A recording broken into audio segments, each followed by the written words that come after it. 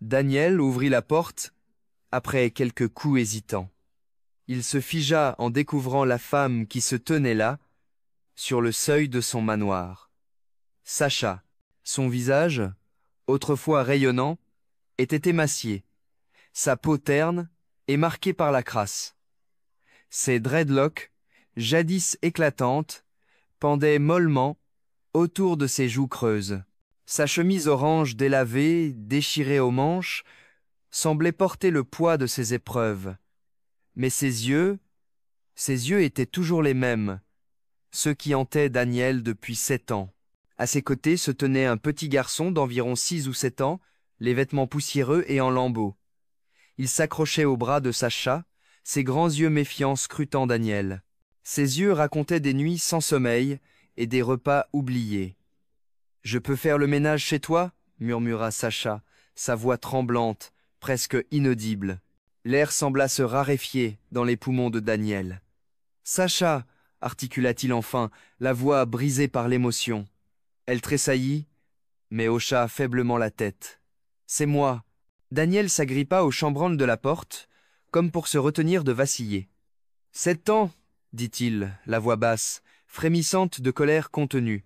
7 ans que tu as disparu sans un mot, et maintenant tu te tiens là, à me demander de faire le ménage. »« Je ne suis pas venue pour toi, » répondit-elle d'une voix rauque. « Je suis venue pour lui. » Sa main se posa doucement sur l'épaule du garçon. Daniel baissa les yeux sur l'enfant. « Comment s'appelle-t-il ?»« Malik, » répondit-elle. Puis, anticipant la question qu'elle lisait dans son regard, elle ajouta rapidement « C'est mon neveu. » Daniel sentit son esprit s'emballer. Son neveu? Où était sa famille? Pourquoi Sacha, après toutes ces années, se tenait-elle devant lui, dans cet état de dénuement? « Tu ne devrais pas être ici !» lâcha-t-il, plus durement qu'il ne l'aurait voulu. Les lèvres de Sacha tremblèrent, mais elle soutint son regard. « S'il te plaît, Daniel, juste du pain. Je nettoierai tes sols, laverai tes vitres, tout ce que tu voudras. Mais je ne peux pas le laisser passer une autre nuit sans manger. » La petite voix de Malik brisa la tension. « Maman, je vais bien, » murmura-t-il, ses bras maigres serrés autour de la taille de Sacha, comme s'il craignait qu'elle ne disparaisse. Daniel sentit son cœur se fissurer. Cette femme n'était plus la Sacha qu'il avait connue, pleine de vie et de fougue. Elle était usée, brisée, mais toujours debout, protégeant ce garçon comme un rempart contre le monde entier.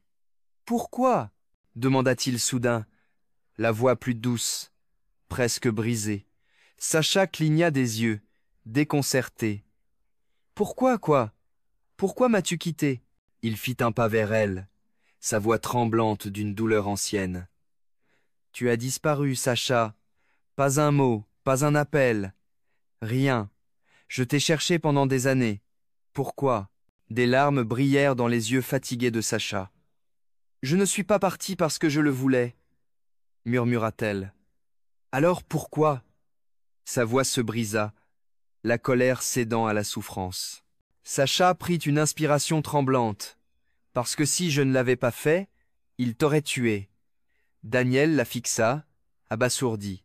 « De quoi parles-tu » Ses larmes coulaient maintenant librement. « Mon frère, il s'était mêlé à des gens dangereux. Il voulait que je t'aide à t'extorquer. Quand j'ai refusé, ils ont menacé de s'en prendre à toi. La seule façon de te protéger était de disparaître. » Le cœur de Daniel battait à tout rompre. Il tenta d'assimiler ces mots, chaque syllabe rouvrant une blessure qu'il croyait cicatriser. « Et le garçon » demanda-t-il, la voix à peine audible. Sacha resserra son étreinte autour de Malik. « Mon frère est mort. Il a laissé Malik derrière lui. Je ne pouvais pas l'abandonner. » Daniel fixa la femme qui avait été son monde et le garçon qui s'accrochait à elle comme à une bouée. Pour la première fois en 7 ans, il hésita. Devait-il claquer la porte ou les faire entrer? Finalement, il s'écarta. « Entrez !» dit-il, la voix basse, chargée d'une émotion indéchiffrable. Sacha hésita, puis souleva Malik contre sa hanche et franchit le seuil. Le sol de marbre froid sous ses pieds nus et cailleux lui semblait irréel. Malik se cramponna à elle, ses yeux écarquillés explorant le hall somptueux. « Reste près de moi !» lui chuchota-t-elle. Daniel les guida en silence jusqu'à la cuisine. « Asseyez-vous » ordonna-t-il. Sacha obéit, installant Malik sur une chaise avant de s'asseoir à son tour. Le garçon semblait épuisé, sa petite poitrine se soulevant à chaque souffle.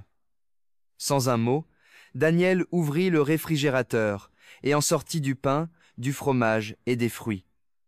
Il posa une assiette devant Malik. « Mange » dit-il doucement. Les mains de Malik tremblèrent lorsqu'il tendit la main vers le pain. Il chercha le regard de Sacha, comme pour demander sa permission. « C'est bon » murmura-t-elle. Il prit une bouchée prudente, puis dévora la nourriture avec une avidité qui trahissait des jours de faim. Daniel se tourna vers Sacha, le regard dur. « Maintenant parle. Je t'ai laissé entrer. Tu me dois la vérité. » Sacha déglutit, les yeux rivés sur Malik, comme si sa présence lui donnait le courage de continuer. « Après t'avoir quitté, ils m'ont traqué. Mon frère avait des dettes envers des gens dangereux.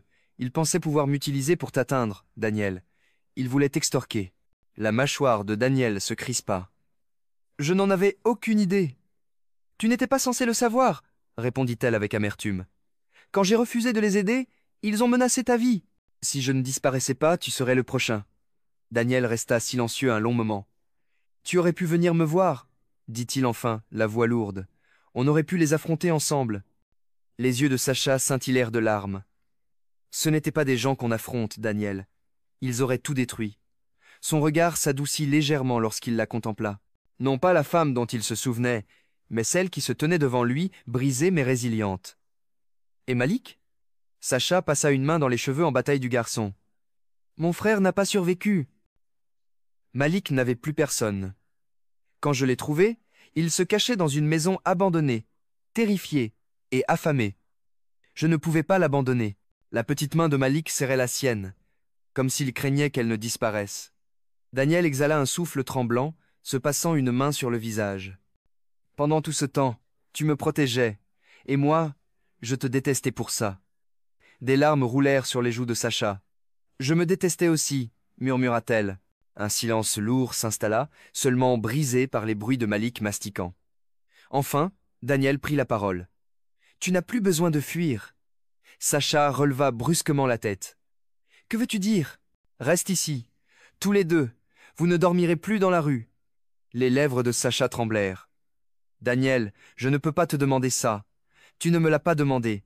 Je te le propose. » Malik leva les yeux vers Daniel, son regard prudent. « Tu vas nous renvoyer ?» demanda-t-il doucement.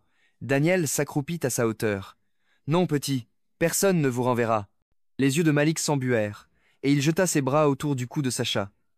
Daniel se releva, sa voix plus ferme. « Tu as tout sacrifié pour me protéger, Sacha. À mon tour de vous protéger. » Cette nuit-là, alors que Sacha bordait Malik dans un lit chaud pour la première fois depuis des semaines, Daniel se tenait sur le seuil de la chambre d'amis, silencieux. « Tu m'as sauvé une fois, » murmura-t-il. « Laisse-moi vous sauver maintenant. » Les yeux de Sacha s'emplirent de larmes.